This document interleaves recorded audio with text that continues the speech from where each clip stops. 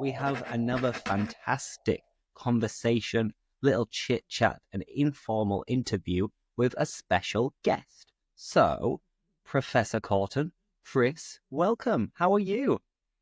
Well, it's great to be here, Lewis. I want to thank you for reaching out to me and offering some time with you on your wonderful YouTube channel. So I'm Professor Korten. I'm American. So Lewis and I are connected by the Atlantic, basically.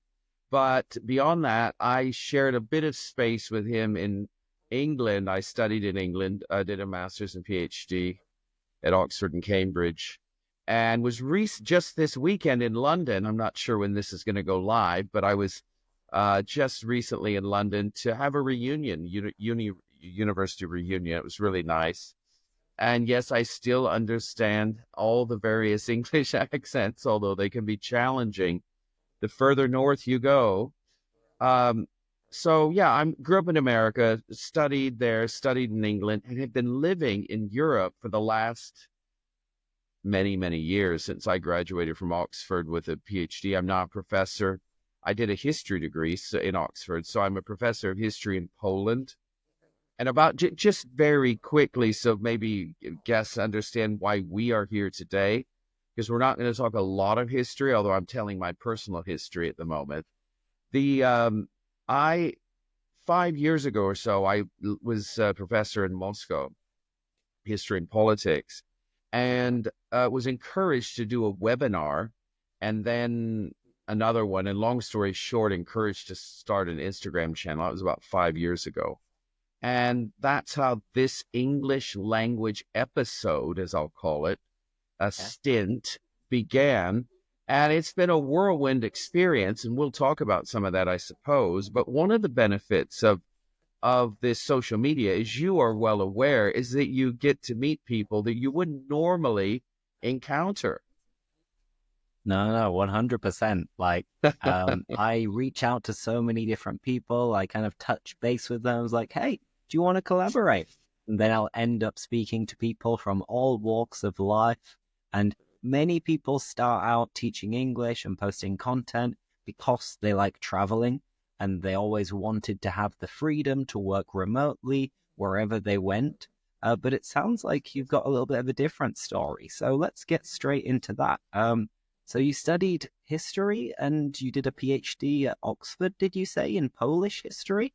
No, I did it in Italian history, European history. So I'm a scholar, I hate to say, I'm an expert in Scholar. sort of Italian papal history. So just finished an article, a chapter in the Cambridge History of the Papacy, and I was asked to write the 19th century. And that was probably the biggest honor to date. They could ask anyone who's familiar with the topic, they chose me. And that was, for me, a personal high, I have to say. So I just finished that. That'll be published this year. It's a 3-volume. I'm in volume 2. Not that anyone's going to read it, but I was just really excited about it. So history is still an active part of my life. I'm trying to write every day. And apropos, that sort of informs a little bit of how I teach English. So it's not the standard sort of route that you go.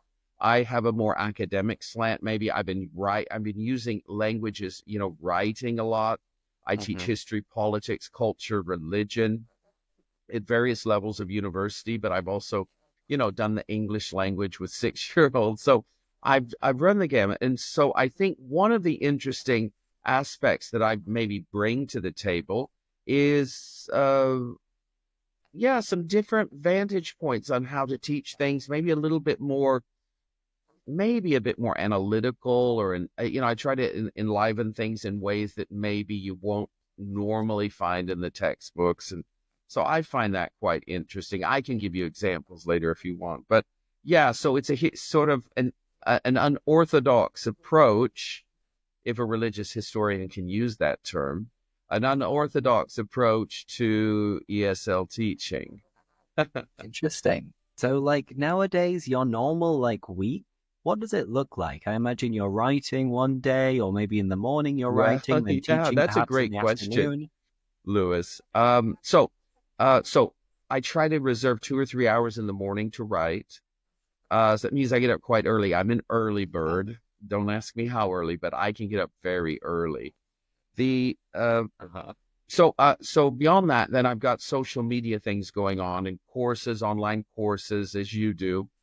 But what's taken up more of my time recently are these speaking engagements. So after 4 years or so of sort of meandering in the ESL space on social media, I've just suddenly started to receive a spate of invitations. So I'm traveling almost every month somewhere in the world to speak, or certainly doing something online. And also, I've started some ed tech projects because of this angle that you and I share, this space. I've always been looking for a business opportunity. And so a few things. I'm starting summer camps in Argentina and Turkey, which will be sort of branded things. And then I'm doing an ed tech project, which I dealing with university actually, but it's actually this English language base, which is how I got into it.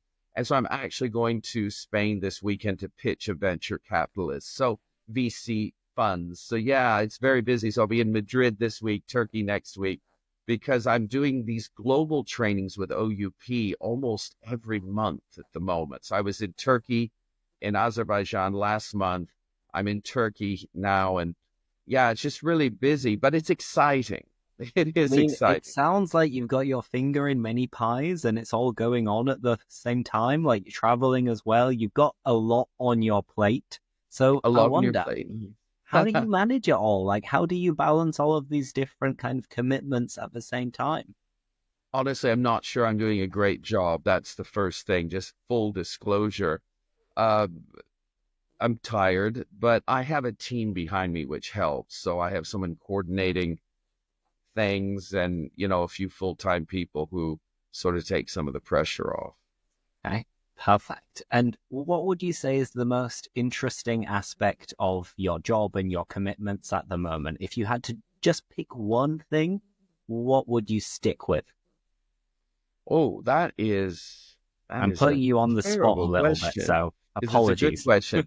So, I enjoy all the things that require me to think in new ways. So I'm not going to answer your question directly, but I'll say that anytime the brain is active and, pushing the boundaries of what you understand or your knowledge, I've always found that stimulating. I'm fortunate to be in a position where that happens in several different areas, but I'm not sure I'm doing it successfully, but I'm doing it willingly. And I do understand in 2025, I'm going to have to learn to say no a little bit more, but I'm glad I said yes to this. That's it. Top priority, number one. There we go, Lewis. Now let's go back in time a little bit. And you were born and raised in the US. Whereabouts in the United States? I grew up in Nebraska, so right in the heartland, we call it. Actually, it's called the Midwest as well, although it's not in the West. It's squarely in the middle. And Nebraska is interesting for just a few things, not many. One is its agriculture. It used to be the beef capital of the United States. Texas obviously has a lot. And we have what's known as Omaha Steaks, which is the largest meat sort of steak sales operation in the country, very large. It ships internationally, some of the best steaks in the U.S. We also, because we were centrally located, was the home of the first sort of these phone call pay centers where they call you and try to sell you things because it could reach both coasts relatively Okay. easily within 2 hours. So that was the boom there. So we had billionaires sort of sprouting from there. And then we have the investment, Warren Buffett. Sorry, I would be Warren Buffett's from Omaha, my hometown. So we've known for a few things. It was a very good life growing up, I have to say. Okay, it's interesting. I only really know the name from watching some episodes of like the Big Bang Theory, where obviously that's based in like, I don't know if it's LA or somewhere in California. And then they'll make some comments and little jokes about Nebraska being like Yeah. in the middle of nowhere. Yeah. The sticks, the In the boonies. sticks. But no, I guess it's an amazing place to be out in the wilderness and to go Well, Omaha's camping, not stuff that like that. wild, unfortunately, but we have a lot, it's very plainsy. In other words, there are lots of plains. There's not even hills. There's a few hills, but if you're looking for outdoors, the thing that would interest you then would be the lakes. We have lots of lakes, not as many as Wisconsin, maybe, or Minnesota. Minnesota is known for lakes, but we have a lot of lakes. So if you grew up in Nebraska, you would learn how to deal with snow and ski on water, ski behind a boat. So we learned, lots of people learned those types of Okay. activities because they were in abundance. It sounds pretty cool then. I guess it's a place that is almost undiscovered compared to other states Discovered, in yeah. the A US. flyover state is what it's known as. Exactly. So everybody just kind of Yeah, goes from LA around to or New York, above. you never stop there. You go to Chicago, so you fly over, but you're not stopping in Omaha unless you're at the annual board meeting of Warren Buffett's company. Okay. And Warren Buffett is known because he's Well, a he's famous he's like the third investor. wealthiest man in the world. He owns Berkshire Hathaways, and he's right behind Bill Gates in terms of $100 billion or something. So he's the most famous investor in the U.S. So Yeah. everyone sort of in business knows who he is. Anyone outside of business won't know him, but he's called the I know. Oracle of Omaha. Yeah, I know a little bit about him because obviously you always check out like who are the richest people in the world. That's right. Whether you agree with billionaires and multi-billionaires or not is a That's different a different question. story, isn't But it? I know he's known for basically investing in companies and then doing it in a very kind of cautious manner. So he's not going to put all of Yeah, the money on Bitcoin, for example. But I mean, it seems to be working. So whatever his strategy is, it's successful. that's right. That's right. Now, obviously you're from the US, but you mentioned that you studied in the United Kingdom and you've been in Europe for a long time. Did you always kind of plan and want to move away and move abroad to the old continent?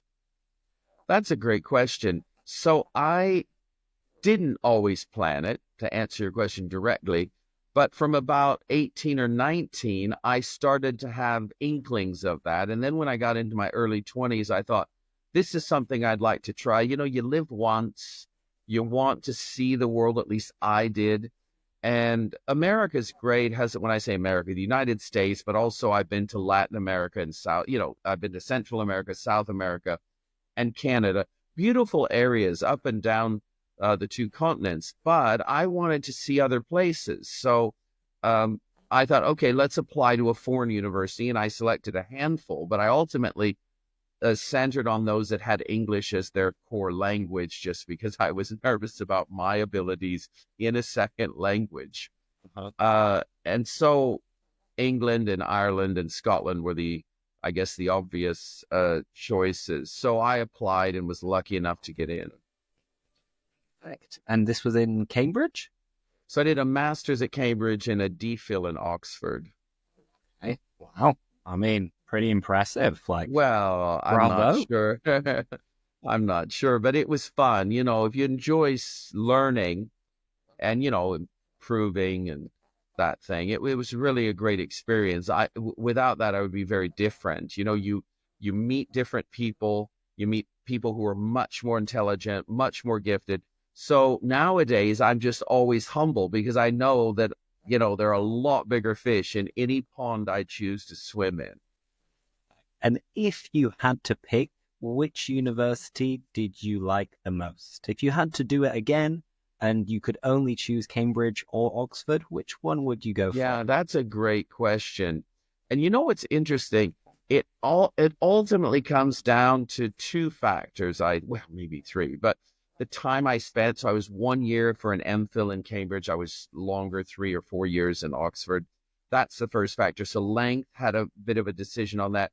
Your supervisor, I had two amazing supervisors, but probably the Oxford, he was the Regius Professor of History, so the top historian in the university. That was very special. And my closest friend, I did sports at Oxford, whereas in Cambridge I didn't. So I had more opportunities to integrate.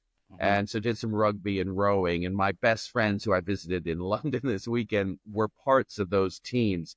Okay. So I suppose if I had to choose, it'd be Oxford. It's a little bit bigger, allows you a little bit more place to breathe. Cambridge is very small. I find Cambridge more beautiful actually, but it's very small. So if I'm looking at a longer stint, it would be Oxford.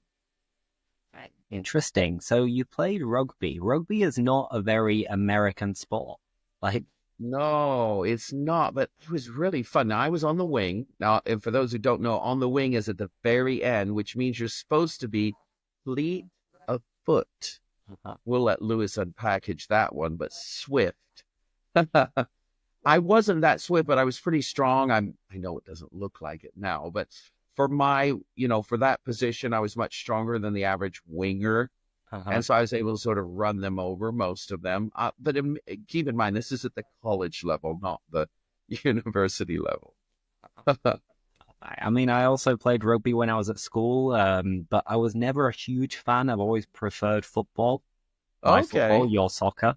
But I played for a few years, and then I kind of fell out of love with it when I was like 16 because I could tell that when I was playing now, it was getting rougher and rougher, and the people who I was competing against were getting bigger and bigger. So I was like, oh, I don't know if I want to get like beaten up every weekend. So I politely declined to partake next season. And I was like, okay, that's me done. My stint is over, and I'll switch to running and football and things that are still maybe contact sport, but not quite the same level. Yeah. Admittedly, on the wing, you don't get a lot of that hard hitting. So I was sort of, away from the center, but Your I aim is to understand you. escape from people, to run away from them as fast as you can. Perfect. Now, one thing you mentioned you are an early bird, you are a morning person. What time do you normally wake up in the morning? Well, this is odd, and I'm going through a phase now, Lewis, where I sleep until I I sleep when I'm tired and I wake up when I'm awake. Now that seems rather prosaic and obvious. However, what that literally means, how that plays out is the following. I will go to bed at 11. I'll Uh-huh. wake up at 4 and I'll just start my day. And I might work till 7 or 8 and then I'll sleep for an hour or two.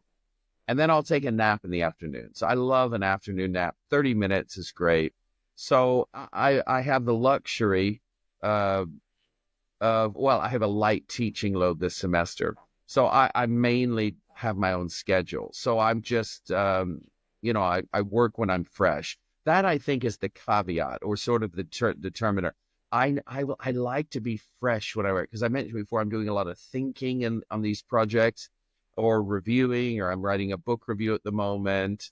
I'm a board member on a journal, and they've asked me to do, I've got to be fresh when I'm reading this book, and it's in Italian, so I've got to be double fresh. So these sorts of things. So when I'm tired, I just sleep. And then when I wake up, I'm fresh and I can crack on with it. Great. Perfect. A nice little phrasal verb. I love phrasal verbs. To crack on with something is kind of to start work with it, to continue with it. If you say, come on, crack on, it's like, guys, work, get That's started. right. I want to add to that in America, we would never use that phrasal verb. But I learned that when I was in Old Blighty, because in the US, we don't say crack on. People wouldn't know what you mean. Don't hit me.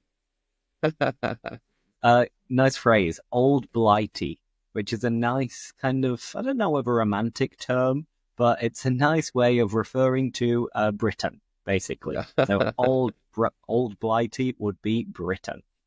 And when you were living in the UK, what were the things that were different or that kind of stood out to you as being like, oh, I'm not used to this. This is not like Nebraska. Yeah, that's a great, hate to say this again. That's a really good question. I'll tell you a few the mundane, the everyday things I think are the most interesting. For example, after the pub, first of all, the pub. So at university, I want people to understand the context here. At university in Oxford and Cambridge, it was very much in the culture. Every college had a bar, And that was the cultural center. When you finished deep hall or dinner, you went to the bar, and it was very social. That was very positive. Now, I know some of your listeners might be opposed to alcohol. You didn't have to drink alcohol, but it was generally a lot cheaper than in the city. And after that, however, if you carried on the evening. So, for example, on rugby days, which were Thursdays, we'd meet in the bar in the evening, and it was just a rugby's drink, to celebrate a win, or more often to sort of pour over the losses. But we might go into the city at that point. Here's what's interesting. First of all, first big difference, things closed earlier. 11 p.m. bars close. In the U.S., it's 1 or 2. And we generally didn't go to clubs, during the week. So what's interesting, though, when the bars closed, there were these kebab vans. It's a van, you know this, but for your viewers, it's a van that you park on the side of the road, and you are licensed to sell kebabs, and they call it, in England, they call them chips. We call them French fries. And everyone did it. Everyone just went to the kebab van, and you have these long queues. We call them lines, but in their queues, queuing up for a kebab or chips or both. And it's just something that it's very foreign in our culture. We don't have kebab vans. We don't have food vans unless it's a fair or a concert. But in England, every evening, the vans get out, and they are everywhere. I'm not sure if they're in every city, but I would imagine they're in a lot of university areas of England or Britain. Yeah, I think it depends on the city and the area 100%. There are always like food vans for sure. And like kebabs, a kebab is the typical thing that you will have at the end of the night to like soak up the alcohol. And usually they're not very nice. Like if you go to Germany and you have a kebab, it's delicious. But if you have a kebab in the United Kingdom, unless you go to a really good place, it's not going to be too good. It's going to be a bit grimy, a little bit dirty. You're not going to feel good the next day as a result. And you're going to feel a bit guilty. It's like, oh no, why did I do that? I shouldn't have eaten a kebab. But it's kind of perfect to soak up the alcohol and hopefully prevent a hangover the next day. But it's easier said than done. Yeah. Perfect. Yeah, So those walk homes from the kebab van were epic. Just great chats. Something that I would have never done in the U.S. I didn't actually go out much in the U.S. I was working a lot. I didn't drink in the U.S. I was a teetotaler, which is a new word for most of us. A teetotaler is someone who, as you know, Lewis, doesn't drink alcohol. They abstain. Abstain means they don't do it. And so I did that. I was just exercising, studying and all that. Got to England, and it's sort of the fabric of the culture. If I wanted to integrate socially, I had to meet everyone at the college bar. I would have no friends. I mean, that's the hard thing at the beginning of the year as well, in January and February, where everybody's on a bit of a health kick and you're telling yourself like, oh, I'm going to go to the gym more, I'm going to eat better, I'm going to abstain from alcohol.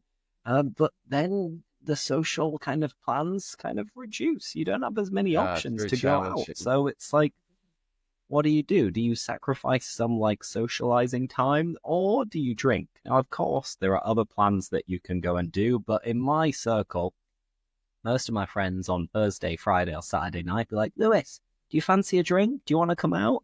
And I'll probably say no once or twice, but then the other once or twice, I'm like, yeah, sure, let's do it. Sounds like a plan. Yeah. Yeah, when I went to England, London this weekend, our starting point was the Red Lion, and I don't have to tell you what that is. So I mean, it's definitely a pub name. Exactly. It's just the culture, and actually it's a great social phenomenon in England that you have in the U.S. You have pubs. We normally call them bars, but it doesn't quite have the same vitality to it. I would say vitality is sort of energy that you have in the UK. It is more socially acceptable. It's a social norm. Whereas in the US, we didn't necessarily have the first port of social call in a pub. We would meet in a coffee shop or a restaurant. So it's a different feel, and I think it has different meanings and connotations depending on where you're at, which continent.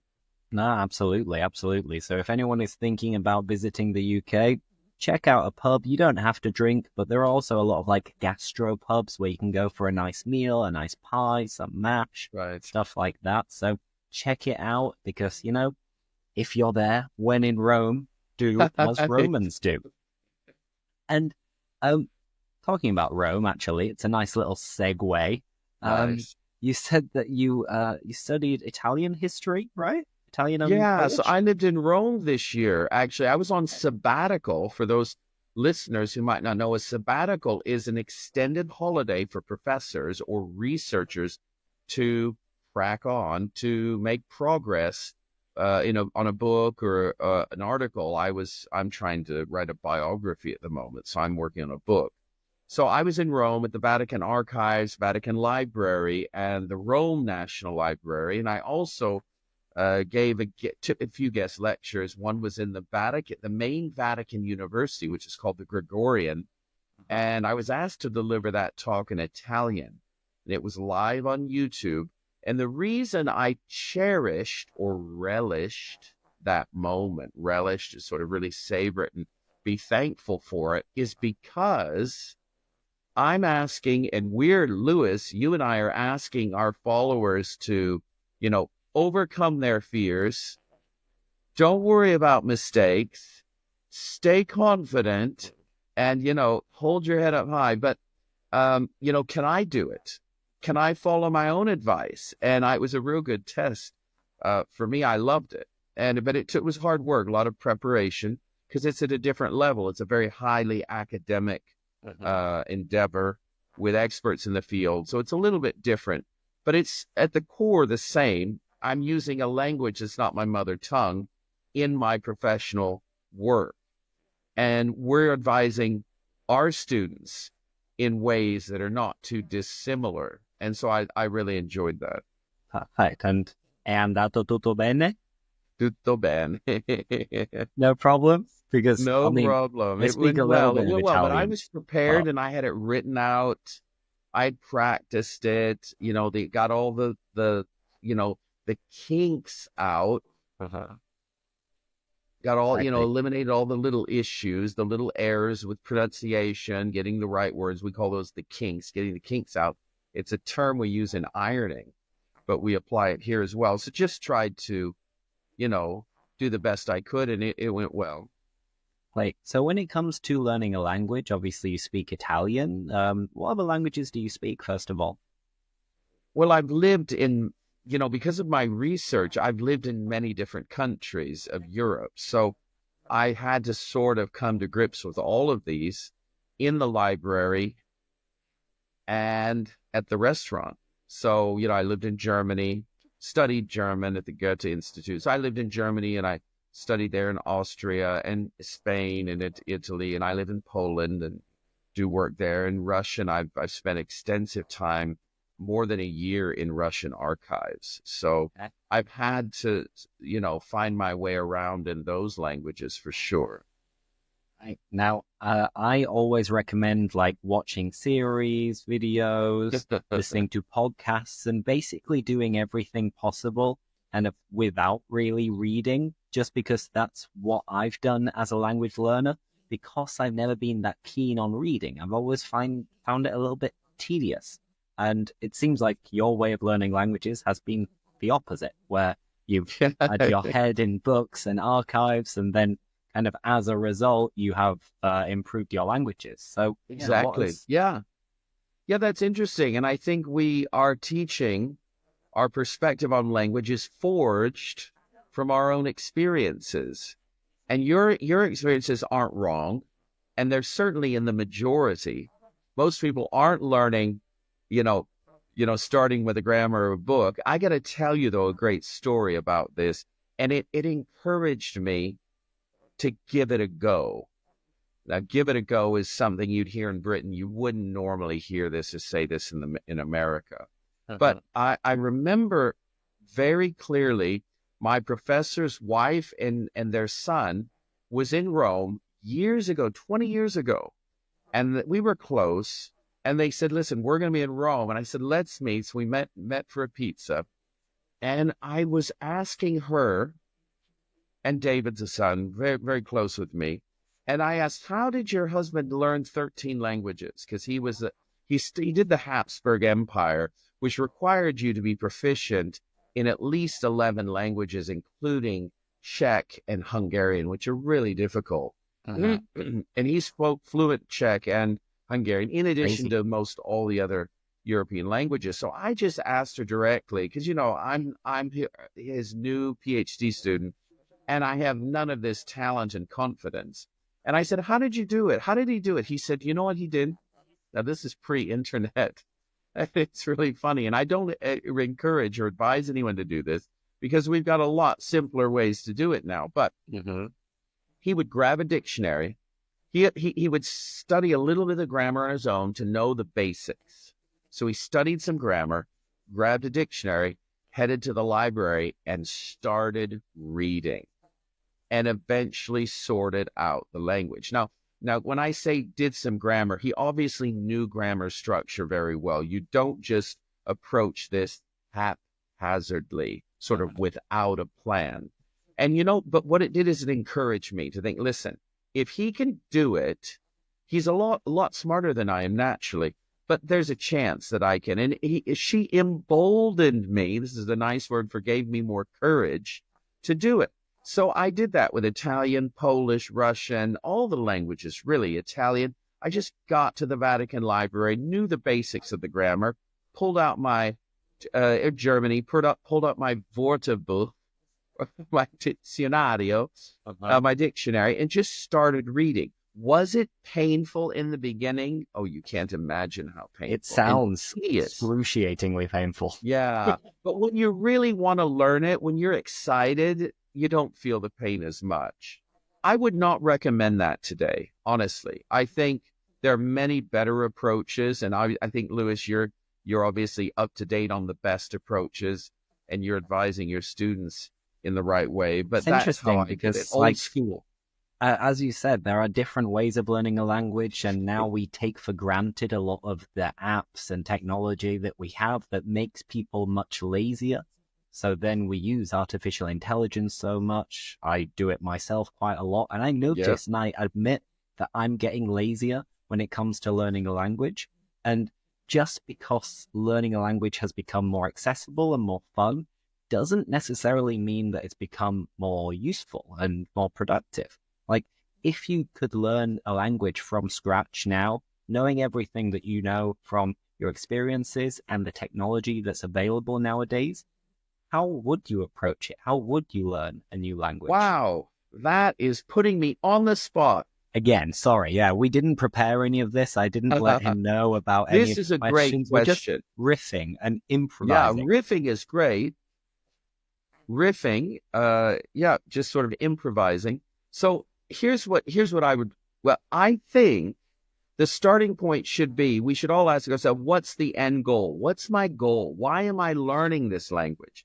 I think our method or approach to that language, in other words, how we begin and how we daily improve with frequency, depends on what we want to do with it. If we want to travel, it's very different from wanting to attend university, and take the IELTS, or to, write, business reports or research, in my case, academic things.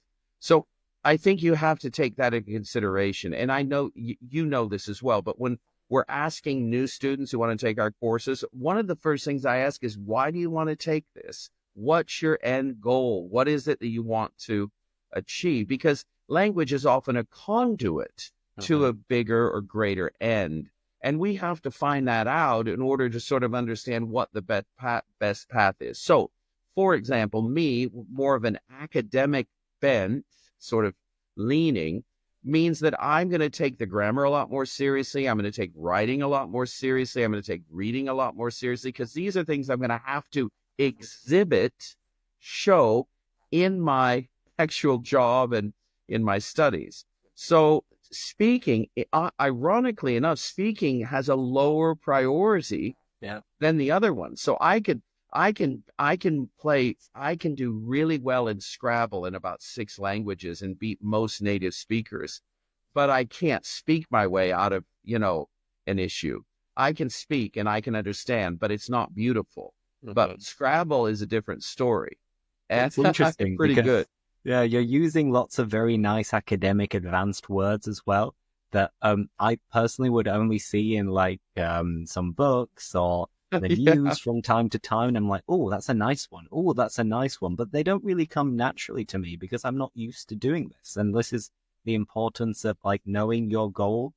Do you want to speak very fluently and kind of copy people's accents? Do you want to feel comfortable in a pub, for example? Or is it more about work or academia, all of these things? So it is very important to establish your goal from the beginning, and then your method of learning the language will change depending on what your goal is. Yeah, I'll add one. That's absolutely right. I'll add one thing that I think makes learning languages and learning anything really interesting is at the end of the day, it's very personal. So for me, and I think for a lot of people, but certainly for me, when okay, so if I listen to big words and nice words, I would think, yeah, for the moment, in the moment, I'd say, wow, that's great. But I would never probably replicate or use that word again because it just goes in one ear and out the other, as we say. Mhm. If I would see it on a film, in films, because we talk about watching films, I would be maybe enamored with that word, but it would be gone very quickly. Now, when I begin to obviously use it myself, that's different, but that doesn't come for me straight away unless I Mhm. consciously just repeat the word I saw. Yeah. It more naturally though is when I read it. Uh, I still will forget most of the words I read, but here is for me the turning point in terms of a lexicon, in terms of vocabulary, because a lot of students want to know how do I develop a vocabulary. Don't think it's an easy endeavor.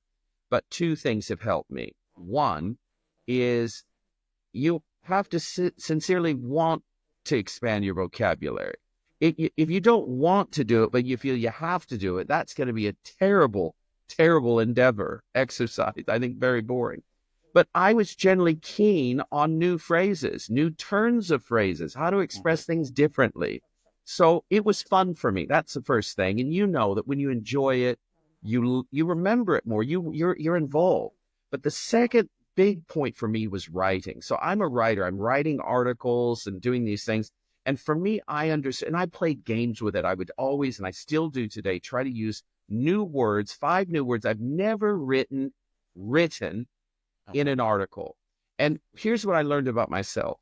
When I write something down, I never forget it. So these big words come back to me because I've written them. Not that I've read them, not that I've seen them, not even if I just repeated it in the moment. But writing for me has been the magical moment. And maybe because I reread those articles a few times before I submit it to the publisher, I'm not exactly sure.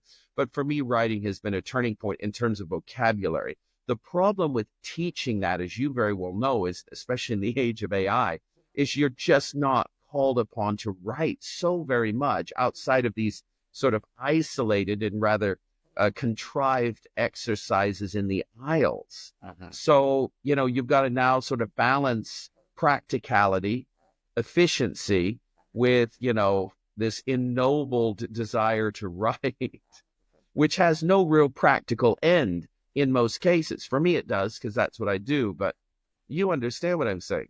No, 100%. Like, I think the best way in which I kind of accelerated my improvement in Spanish was when I was in Argentina. This was like a decade ago now. And I remember I was starting to go out with an Argentinian girl, and we started messaging on WhatsApp all the time. So then I had to like look at what she was saying and then think of how I was going to respond. That Of is course, excellent. it was a more a beginner intermediate level, and this is the perfect kind of practice for that, to have someone you want to speak to and like chat to, of course.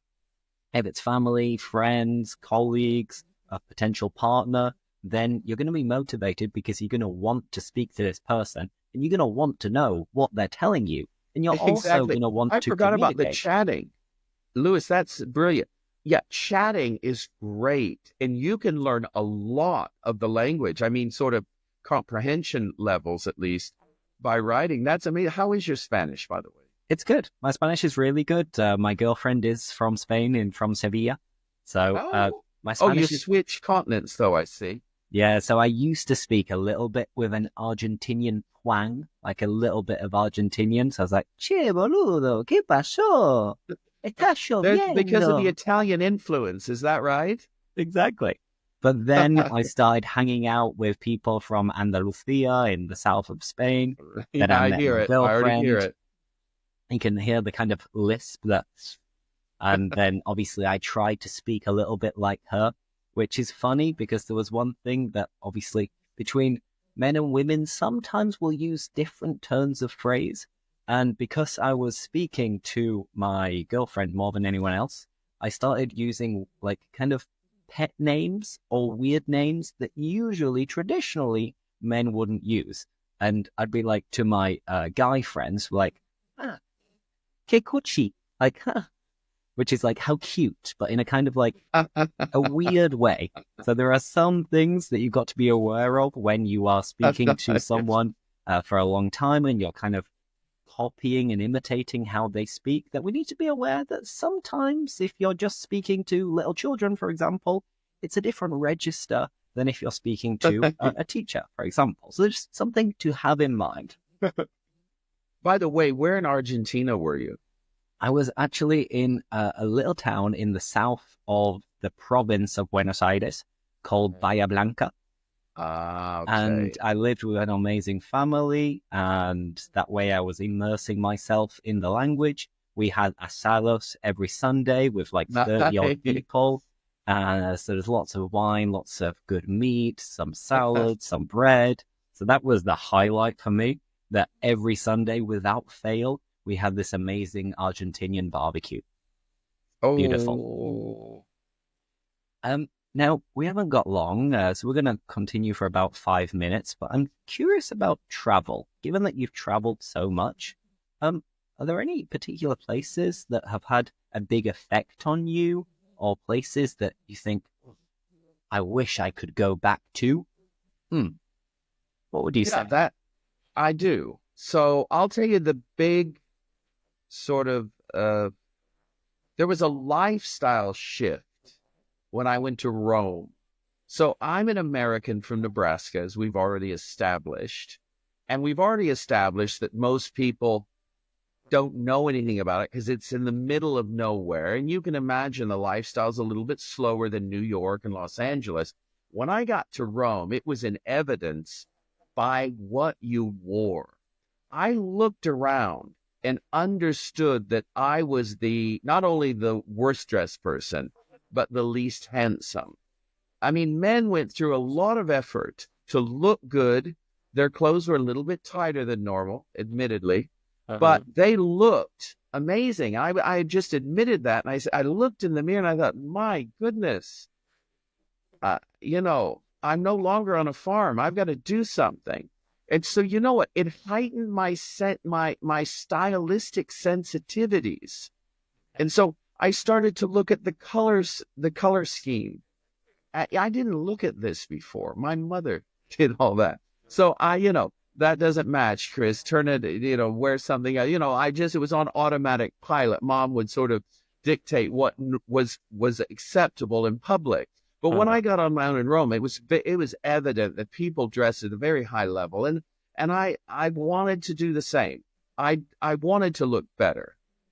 So I still adopt that. I mean, I have this Italian jacket. You can't A see nice it. little blazer, I love looking this jacket. smart. So, no, but I like dressing well now. And I dress admittedly a bit conservative. You and I dress differently.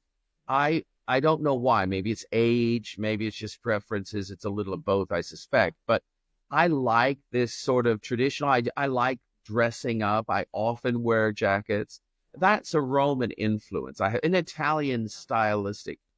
So that's the answer to your first question. The answer to your second question is Asia. I would love to go back to Tokyo or Seoul Both cities I've been to, both cities I really like for slightly different reasons, but they have sort of a similar thing. Or, Shanghai, I've been to Hong Kong, not sure I want to go there anymore, but the very special. I can't explain. I just loved it.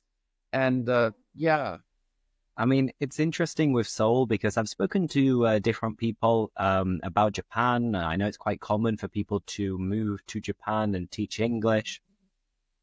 But with South Korea, it's a little bit less common. And I watch a YouTube channel, which is called Korean Englishmen and Jolly, which they're mainly about Korean food. And the second channel is about American food and stuff like that. And it's funny. They're English. They have a laugh. So if anyone's interested, check out Korean Englishmen or Jolly on YouTube. But they record some special kind of documentaries in South Korea, and it looks like the food is incredible and everything's very clean. Everyone's very respectful, very friendly. And I was actually in Australia teaching English as well. And I remember having like 2 or 3 Korean students, and they were really, really lovely. Like everybody was, but they were like, sometimes they'd yeah, get I me a love coffee it. I before love it. class, and I'd be like, guys, you didn't need to do this, but thank you so much. You're amazing. And in Korean, they say, 감사합니다, I think, which is like thank you in Korean. I love the cultures there. It's a respectful culture in both cases. There obviously there are differences historically and politically too, but in terms of just living, maybe Japan is a little bit. I enjoyed it a bit more, but I like Seoul a lot. I would love to go back. I've had an opportunity, and for whatever reason, it didn't materialize. But that a little bit of a regret there that it never happened. And yeah, that life moves on, doesn't it? Exactly. That is what it is. But no, we'll call it a day there and finish off. If anyone has any questions for Professor Korten, then let us know in the comments. And as I said earlier, let us know where you are watching this from, because I'm always curious to know if you're in Europe, the Americas, Asia, Africa, etc.